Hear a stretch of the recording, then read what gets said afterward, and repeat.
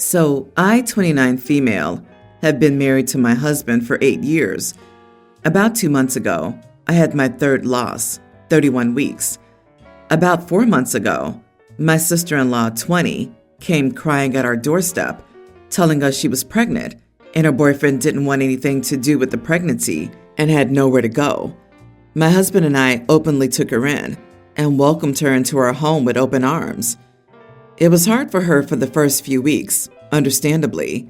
I sat with her for hours, holding her when she cried, binging our favorite TV shows, eating so much ice cream, and falling into a food coma. It was really bonding for us, so I thought. It starts going downhill here. I take pride in my neat, clean home. My sister-in-law, on the other hand, did not. She would leave her clothes all around the house and dirty dishes wherever, even going as far as leaving her toys on our living room table. I tried to talk to her directly before I spoke to my husband, but she immediately started crying and told me that she would try to be cleaner. I hugged her and told her it was okay, but this was a clear boundary for me. She told me it wouldn't happen again, but it only got worse.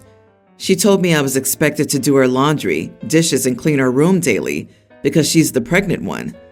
I understand how hard it is to be pregnant. I just couldn't feel like a maid in my home. Disclaimer: I bought this house, not my husband. It was all me, not to mention my recent loss. So I told my husband, but what he told me shocked me. His exact words were, "Honey, she's going through a lot right now. We should be helping her. Plus, it might make you feel better to care for someone pregnant." I was angry, to say the least. Make me feel better? She's going through a lot? Do we need to help her? Letting her stay with us wasn't enough? Well, I don't want to invalidate her pain. My husband and I were also going through our own problems.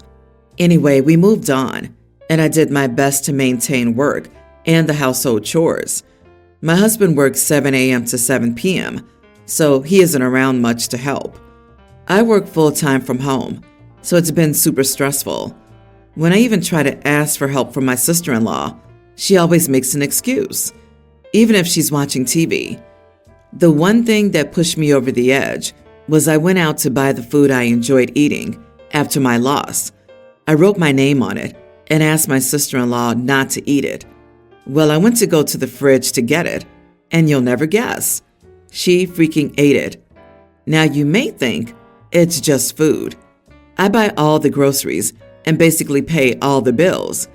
I don't mind people having some of my food, but the one thing I asked to not be touched gets touched. I told my husband, and he rubbed it into my face that she was pregnant. I need to be less selfish, and life is about sacrifices. I was so upset. I told him I felt like he and she were the horrible roommates people talk about, and he didn't take that well, LOL. My sister-in-law planned a random baby shower party thing at my house. I didn't know if I could even be home when this happened. I felt so hurt that she wouldn't talk to me, knowing everything that had happened, and that she would just invite random strangers into another person's home before asking. My husband urged me to go, and I told him it would permanently affect mine and her relationship, so I told him I'd go. About halfway through the party, my husband and sister-in-law announced they wanted to show the nursery to everyone. I was confused. Nursery? Was she staying that long? What room did she turn into a nursery? They told everyone to head upstairs, and that's when it hit me. They were talking about my nursery for my baby I had just lost. A wave of emotions hit me when I saw everyone in my baby's nursery telling her what a good job they did setting it up. My setup for my baby that my body failed to give me. I just lost it. I started sobbing, and then that sadness turned into pure rage.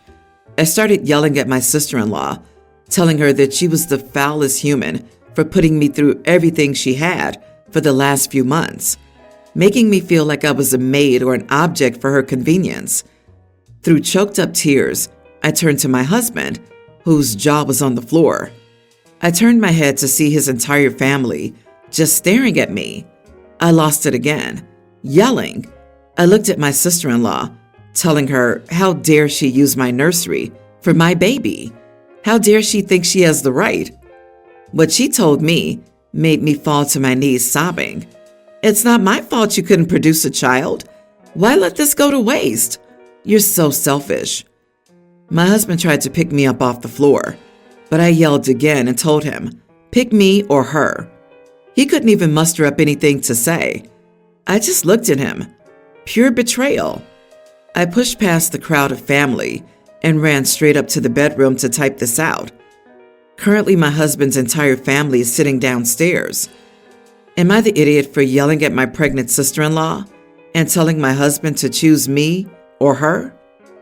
OP, I'm sorry to say, but your husband's already chosen your sister-in-law again and again.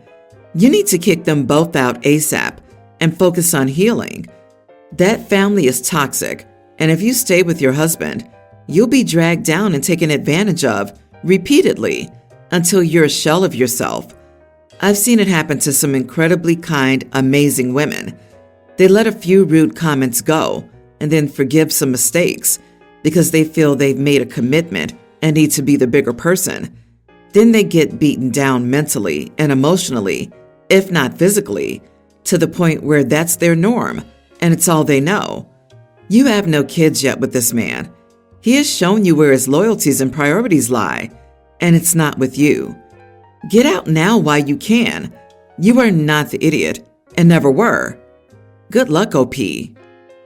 I 100% agree. That's quite possibly the meanest, most hurtful, disrespectful thing I've seen on here yet. The betrayal of those words your sister-in-law said to you while standing in your nursery are awful, vile, and disgusting. I feel like your husband and his sister are not done yet. Something tells me that another thing is coming, even bigger than a nursery. I'm so sorry, OP, for all you've been through. Kick her and your pathetic excuse for a husband out ASAP. Do you think they'll ask for her to stay and co-parent or make OP leave her own house? I'm starting to wonder if OP's husband is getting so defensive over his sister because he sees this as a chance to replace the baby they lost. I'm not excusing him because he's allowing his sister to treat his wife like crap, but it feels like an unhealthy coping mechanism. He will take this baby as if he's dad, keeping sis in the house forever, and OP can be the third wheel to clean up after the kid. Update. Am I the idiot for telling my husband to choose me or her? Here's the update everyone's been asking for. Buckle up. It's a long one. I sat on my bed, wiping my tears and telling myself that I would not take this disrespect. I walked downstairs, shutting my nursery door. On the way, I was greeted by everyone, comforting my sister-in-law. I kindly asked everyone, besides my sister-in-law and husband, to respectfully get the heck out of my house. After all the dirty looks and shaming, it was just my husband, sister-in-law, and myself. They sat themselves on the couch, not saying anything. I sat with them. The silence felt like forever.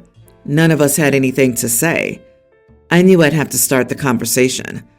I looked at my husband and said, "Did you decide?" He looked at me, just staring. I asked again in a firm tone this time. He ended up mumbling some insults, and I couldn't really make out what he said. Something like, "You were witchy." I stood up and told them both to get out, and they wanted to talk, telling me that this is all a misunderstanding. They're sorry, blah, blah, blah. I grabbed a backpack from my shoe closet and told them to pack their crap. My sister-in-law told me I couldn't just make her leave, and I was horrible. I laughed in her face and told her this is my house, and I can do whatever I wanted. My husband stood beside me and told her it was only for a little while. I turned to him and said, "Oh, you too, get out." He got mad and told me we were a married couple, and this isn't how marriage works. I told him no, it's not. Marriage is where two people support each other and not treat their wife like crap. They both ended up leaving after many insults towards me. Oh, but wait, it's not over. This morning, as I was getting ready for a Zoom meeting with a few other coworkers, my husband showed up. I let him in, telling him to get whatever he needed and to go, because I had to work. He started apologizing and telling me He wanted to make it right. I told him I just needed time away from him. Then he threw in my face, "Well, it's not my fault you lost our children. Maybe this would have never happened." My sister was right. You are selfish. I have never ever made my husband feel like he cannot grieve with me over this. Never made him feel less than because of his pain. I turned around and slapped him in the face. I never condone such behavior, and I'm very upset I would ever do that to another human. But I just couldn't deal with this. He took a step back and threw all of my makeup on the floor, which I get, but then broke all of my decor in my bathroom. I yelled at him to stop and that I was sorry, but he just kept going and punched a hole in my bathroom wall. It was like I was seeing all of his bottled up emotions come out, but I told him to get the heck out. He left the bathroom and I watched him break a few more items as he left. The second he left, I had a panic attack, looking at the mess he made. I called my mother and told her everything that had been happening. I don't talk to my family much due to some past trauma with them. She told me she was on her way.